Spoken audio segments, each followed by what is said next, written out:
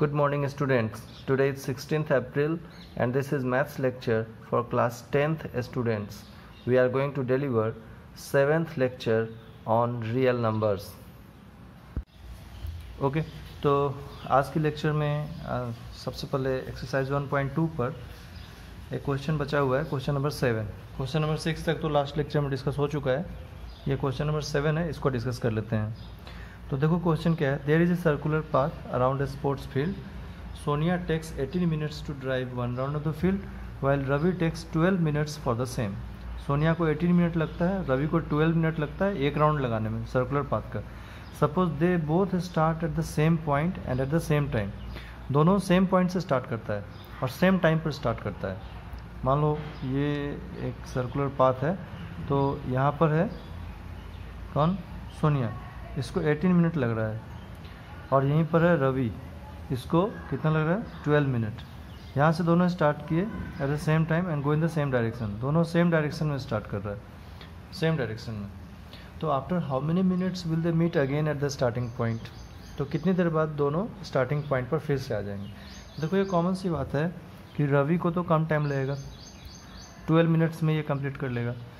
सोनिया को 18 मिनट्स लग रहा है, ये सोनिया 18 मिनट्स में से कंप्लीट करेगी. तो दोनों फिर से पूछा जा रहा है कि कितने मिनट के बाद again meet at the starting point पर आ जाएंगे.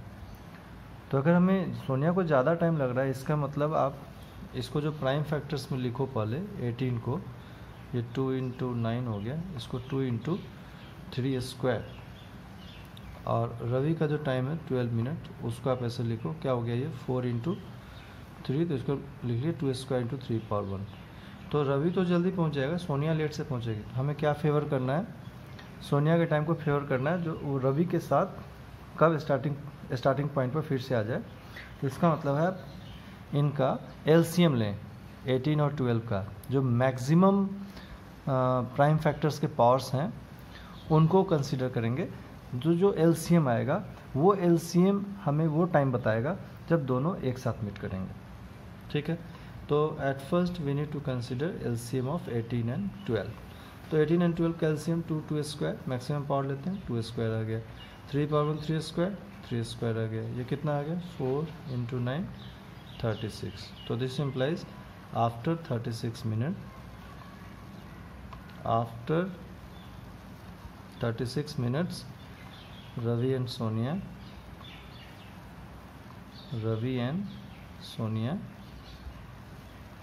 again meet at the starting point. बात समझ में आ गई, ये आंसर हो गया. ठीक है, ठीक है. अच्छा, अब हम लोग एक चीज़ यहाँ पर डिस्कस करेंगे. देखो कि if P divides,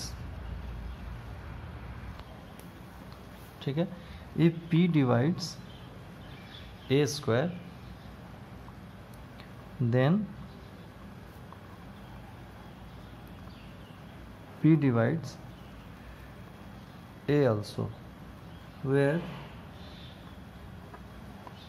P is prime number and A is a positive integer.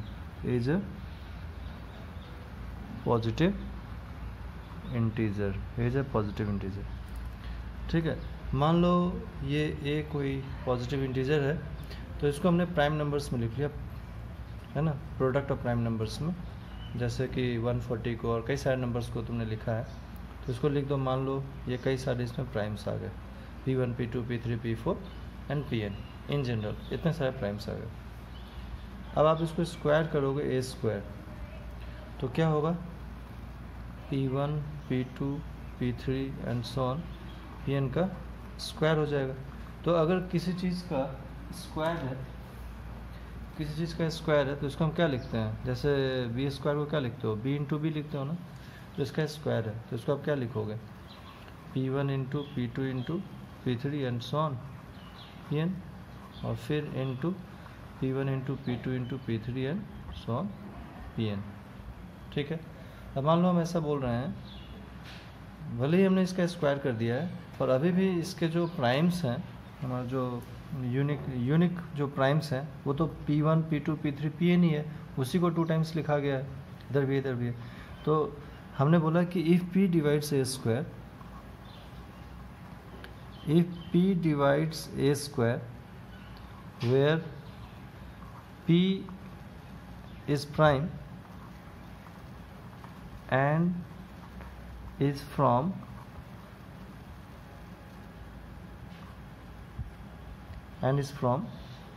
P1 P2 P3 and so on Pn। मान लो हमने बोला कि P divides A square where P is prime, P prime है और वो एंड इज फ्रॉम इस members में से कोई एक मेंबर होगा। P प्राइम है and is from this family P1 P2 P3 Pn, जो मैंने A स्क्वायर के लिए यहाँ पर लिखा हुआ है, इसमें से कोई एक है। जैसे मान लिया हमने बोल दिया कि P1 divides A square, P2 divides A square, है ना, P3 divides A square, P4 divides A square, Pn divides A square. तो इन जनरल लिखा हुआ है कि P divides A square, P इनमें से कोई एक हो सकता है। तो मान लो अगर P1 है, P1 डिवाइड्स A स्क्वायर, तो क्या P1 A को डिवाइड कर रहा है? ऑब्वियसली कर रहा है। ये देखो P1 A को डिवाइड कर रहा है क्योंकि A equals to P1 P2 P3 से ऑन Pn है। मैं बोलूँगा कि आप इसको P1 से डिवाइड करके देखो, तो जैसे ही आप P1 से डिवाइड करोगे P1 से P1 कैंसिल हो गया। ठीक है, तो if P divides A square then P divides A। ठीक है, this implies P divides A। ऐसा क्यों हम बोल पा रहे हैं कि as both A square and A, ठीक है, as both A square and A having same prime factors, uniqueness है ना, having same prime factors P1 P2 P3 and so on Pn। क्योंकि A स्क्वायर लो या A लो, तो दोनों में इसको हमने 2 टाइम्स लिखा है, बट प्राइम्स तो वही है दोनों में, P1 P2 P3 Pn, P1 P2 P3 Pn, यहाँ भी वही है, यहाँ भी वही है। तो इसके प्राइम फैक्टर्स क्या होगा? P1 P2 P3 and Pn, इसके भी P1 P2 P3 Pn। तो अगर P1 A स्क्वायर को डिवाइड करेगा तो P1 A को भी डिवाइड करेगा। समझ गए? तो हमें ये एक थ्योरम है, P divides A square then P divides A also where P is prime number and A is positive integer. ठीक है, इसका हम लोग आगे यूज़ करेंगे इरेशनल नंबर को प्रूव करने के लिए। ओके, अब देखो हम लोग किसी इरेशनल नंबर को कैसे प्रूव कर पाते हैं कि वो नंबर इरेशनल है। जैसे मान लो हमें प्रूव करना है कि √2 इरेशनल है। मान लो तुम्हें प्रूव करना है कि प्रूव दैट √2 इज इरेशनल। √2 को इरेशनल प्रूव करना है, तो कैसे प्रूव करेंगे? हमने मान लिया कि let √2 equals to A upon B है। मान लिया कि √2 equals to A upon B है, where A and B are co-primes, where A and B are co-prime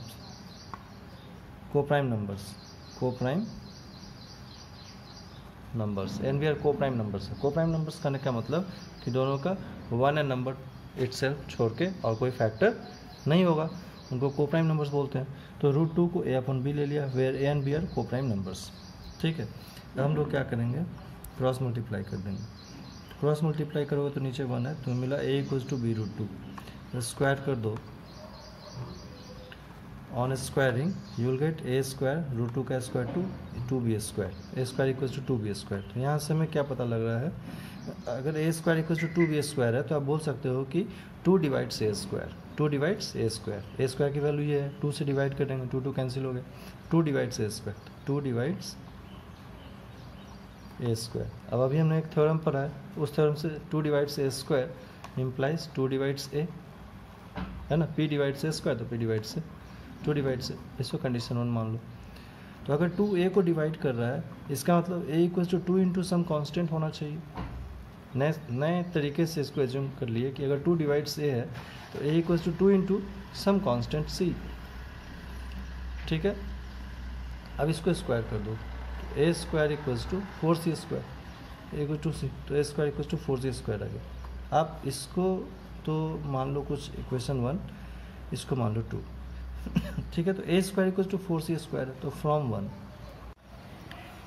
1 में ए स्क्वायर की जगह पर आप 4c स्क्वायर रखो, 4c square equals to 2b square, तो ये क्या आ जाएगा, 2 से कट जाएगा, 2c square equals to b square, तो this implies b square equals to 2c square. इधर लिख रहे हैं देखो, इसके बाद यहाँ पर तो b square equals to 2c square हो गया, तो b square is again 2 into C square, तो इसको 2 से डिवाइड करोगे तो डिवाइड हो जाएगा, 2 कट जाएंगे, तो हम बोल सकते हैं सो 2 divides b square, 2 divides b square. फिर उसी थ्योरम से आप बोल सकते हो 2 डिवाइड्स b, 2 डिवाइड्स b, इसको कंडीशन उस मान लेते हैं 3 मान लेते हैं, 3 2 यहाँ पर है, तो फ्रॉम 2 and 3, तो 2 and 3 से क्या बोल सकते हैं कि 2 is a factor of A and B, ठीक है। So 2 divides both A and B, 2 divides both A and B, ठीक है। तो हमने तो ए एंड बी को को प्राइम्स लिया था, को प्राइम्स का क्या मतलब है कि वो 1 और नंबर इटसेल्फ छोड़ के और किसी से डिवाइड नहीं होगा, लेकिन यहाँ क्या प्रूव हो गया, 2 divides both A and B, but A and B are coprimes, but we have assumed, हमने क्या एज्यूम्ड कर रखा है, A and B are coprime, A and B are coprimes. तो अगर ए एंड बी को आपने को प्राइम एज्यूम कर रखा है तो ये 2 कैसे डिवाइड कर दिया बोथ ए एंड बी को, इसका क्या मतलब है, this implies our assumption was wrong, our assumption was wrong. इसका मतलब क्या है कि हमारा एजम्पशन रॉन्ग है। अच्छा, अगर आप √2 को a अपॉन b तुम लेते हो, जहाँ पर a एंड b को प्राइम नंबर्स है, तो दिस इम्प्लाइज आप एग्जैक्टली क्या लेट कर रहे हो, this implies a is rational, not a, √2 is rational. इसका क्या मतलब है, अगर a एंड b को प्राइम है तो p अपॉन q के फॉर्मेट में लिख रहे हैं, √2 रेशनल है, तो हमने लेट क्या किया, √2 equals to a upon b where a and b are coprime numbers, this implies √2 is rational.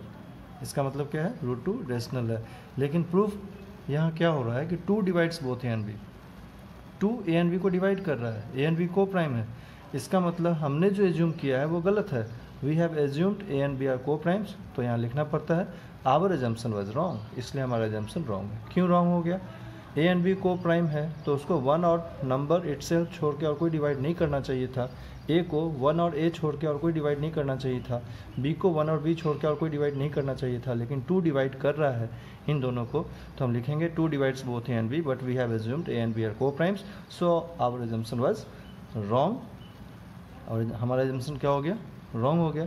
This implies √2 is not rational. जब एजम्पशन रॉन्ग हो गया तो हमने √2 को जो रेशनल बताया था, तो √2 is not rational, this implies √2 is irrational. तो ये जो तरीका है इरेशनल प्रूफ करने का, इसको बोलते हैं कॉन्ट्राडिक्टरी मेथड, कॉन्ट्राडिक्शन मेथड, ठीक है ना। ओके, इसको रिवाइज कर लेना, फिर हम लोग आगे 1.3 नेक्स्ट लेक्चर में सॉल्व करेंगे। Thank you.